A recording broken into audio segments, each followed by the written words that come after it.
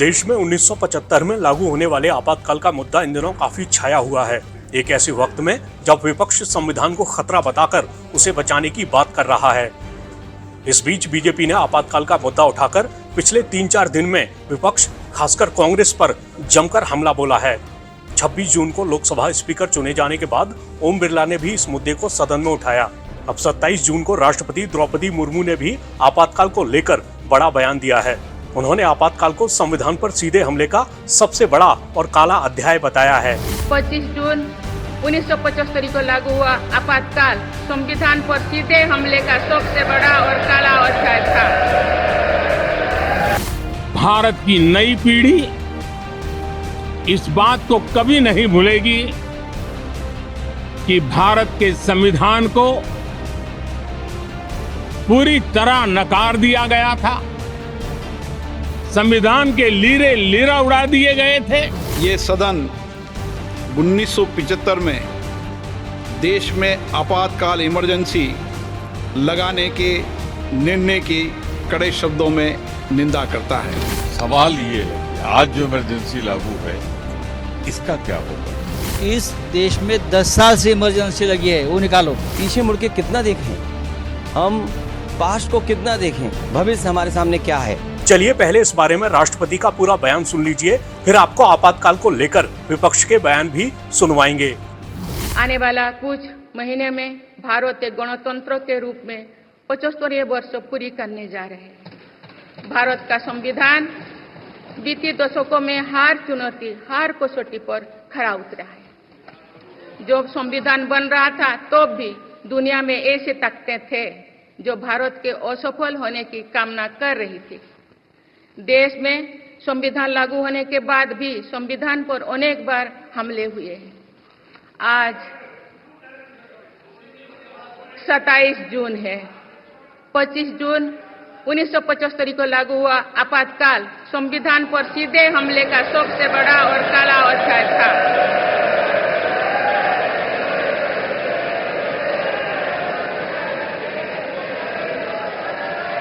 तो पूरे देश में हाहाकार मच गया था, लेकिन ऐसी असंवैधानिक ताकतों पर देश ने विजय प्राप्त करके दिखाया, क्योंकि भारत के मूल में गणतंत्र की परंपराएं रही है।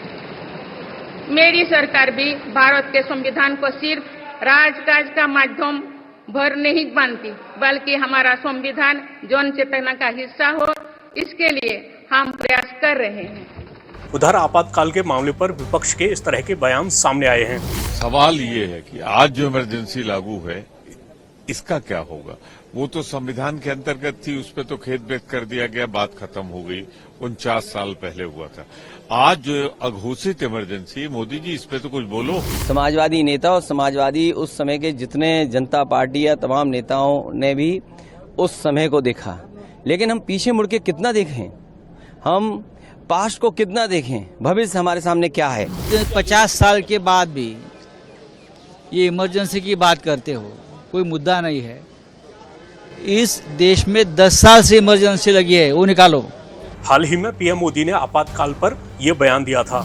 जो लोग इस देश के संविधान की गरिमा से समर्पित हैं, जो लोग भारत की लोकतांत्रिक परंपराओं पे निष्ठा रखते हैं, उनके लिए 25 जून न भूलने वाला दिवस है।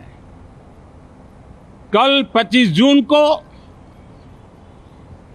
भारत के लोकतंत्र में जो काला धब्बा लगा था, उसके 50 वर्ष हो रहे हैं। भारत की नई पीढ़ी इस बात को कभी नहीं भूलेगी कि भारत के संविधान को पूरी तरह नकार दिया गया था। संविधान के लीरे लीरा उड़ा दिए गए थे। देश को जेल खाना बना दिया गया था। लोकतंत्र को पूरी तरह दबोच दिया गया था। इमरजेंसी के ये 50 साल इस संकल्प के हैं कि हम गौरव के साथ हमारे संविधान की रक्षा करते हुए भारत के लोकतांत्रिक परंपराओं की रक्षा करते हुए देशवासी संकल्प लेंगे कि भारत में फिर कभी कोई ऐसी हिम्मत नहीं करेगा जो 50 साल पहले की गई थी और लोकतंत्र पे काला धब्बा लगा दिया गया था। वहीं लोकसभा अध्यक्ष ओम बिरला ने आपातकाल पर यह बयान दिया था। ये सदन 1975 में देश में आपातकाल इमरजेंसी लगाने के निर्णय की कड़े शब्दों में निंदा करता है। इसके साथ ही हम उन सभी लोगों की संकल्प शक्ति की सराहना करते हैं जिन्होंने इमरजेंसी का पुनर्जुड़ो विरोध किया, अभूतपूर्व संघर्ष किया और भारत के लोकतंत्र की रक्षा का दायित्व निभाया। भारत के इतिहास में 25 जून 1975 के उस दिन को हम हमेशा काले अध्याय के रूप में जाना जाएगा। इस दिन तत्कालीन प्रधानमंत्री श्रीमती इंदिरा गांधी ने देश में इमरजेंसी लगाई और बाबा साहब अंबेडकर द्वारा निर्मित संविधान पर प्रचंड प्रहार किया था। भारत की पहचान पूरी दुनिया में लोकतंत्र की जननी के तौर पर है। भारत में हमेशा लोकतांत्रिक मूल्यों और वाद संवाद का समर्थन हुआ, हमेशा लोकतांत्रिक मूल्यों की सुरक्षा की, उन्हें हमेशा प्रोत्साहित किया गया। ऐसे भारत पर श्रीमती इंदिरा गांधी द्वारा तानाशाही थोप दी गई, भारत के लोकतांत्रिक मूल्यों को कुचला गया और अभिव्यक्ति की आज़ादी का गला घोटा गया। इमरजेंसी के दौरान भारत के नागरिकों के अधिकार नष्ट कर दिए गए, नागरिकों से उनकी आज़ादी छीन ली गई। ये वह दौर था जब विपक्षी नेताओं को जेल में बंद कर दिया गया, पूरे देश को जेल खाना बना दिया गया। तब की तानाशाही सरकार ने मीडिया पर अनेक पाबंदियां लगा दी गई थी, न्यायपालिका की स्वतंत्रता पर अंकुश लगा दिया गया था।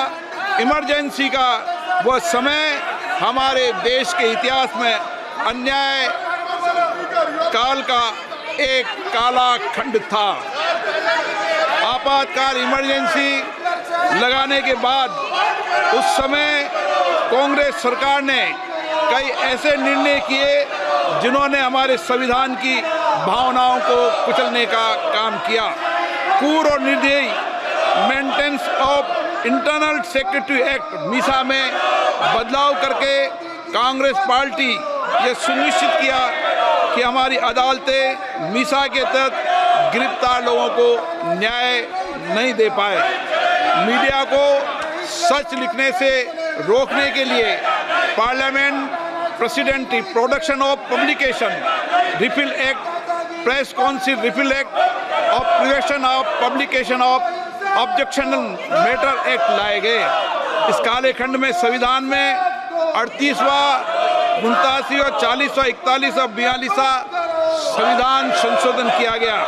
कांग्रेस सरकार द्वारा किए गए संशोधन का लक्ष्य था सारी शक्तियां एक व्यक्ति के पास आ जाए, न्यायपालिका पर नियंत्रण हो, संविधान के मूल सिद्धांत खत्म किए जा सके।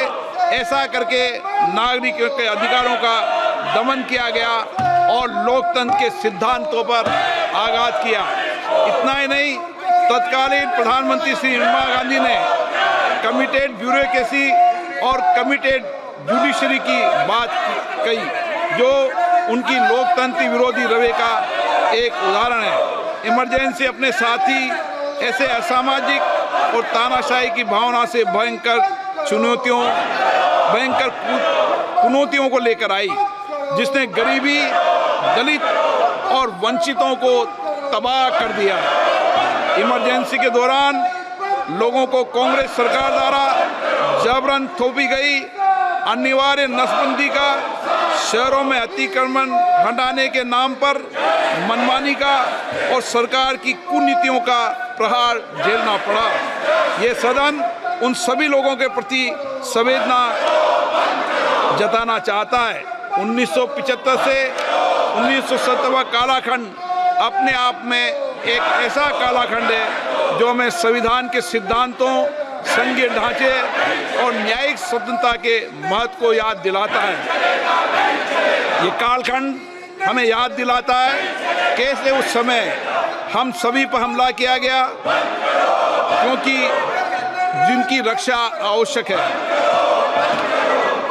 ऐसे समय में जब आपातकालीन इमरजेंसी के 50वें वर्ष में हम प्रवेश कर रहे हैं, ये 18वीं लोकसभा बाबा साहब अंबेडकर द्वारा निर्मित संविधान को बनाए रखने, इसकी रक्षा करने और इसे सुरक्षित रखने की अपनी प्रतिबद्धता को दोहराती है। हम भारत में लोकतंत्र के सिद्धांत, देश में कानून का शासन और शक्तियों का विकेंद्रीकरण अक्षुण्ण रखने के लिए प्रतिबद्ध हैं। हम संवैधानिक संस्थाओं में भारत के लोगों की आस्था और उनके अभूतपूर्व संघर्ष, जिनके कारण इमरजेंसी का अंत हुआ और एक बार फिर संवैधानिक शासन की स्थापना हुई, उनकी सराहना करते हैं। 1975 में आज 26 जून के दिन ही देश इमरजेंसी की क्रूर सच्चाइयों का सामना करते हुए उठा था। 1975 में आज ही के दिन कैबिनेट ने इमरजेंसी का पोस्ट फैक्टो रेक्टिफिकेशन किया था। इस तानाशाही और असंवैधानिक निर्णय पर मोहर लगाई थी। इसलिए हमारी संसदीय प्रणाली अनगिनत बलिदानों के बाद मिली दूसरी आज़ादी के प्रति अपनी प्रतिबद्धता को दोहराने के लिए आज के प्रस्ताव किया जाना आवश्यक है। अब हम ये जानते हैं कि हमारी युवा पीढ़ी लोकतंत्र के इस काले अध्याय के बारे में जरूर जानना चाहिए। इमरजेंसी के दौरान गैर कानूनी गिरफ्तारियां, सरकारी प्रताड़ना के चलते अनगिनत लोगों को यातनाएं सहनी पड़ी थी।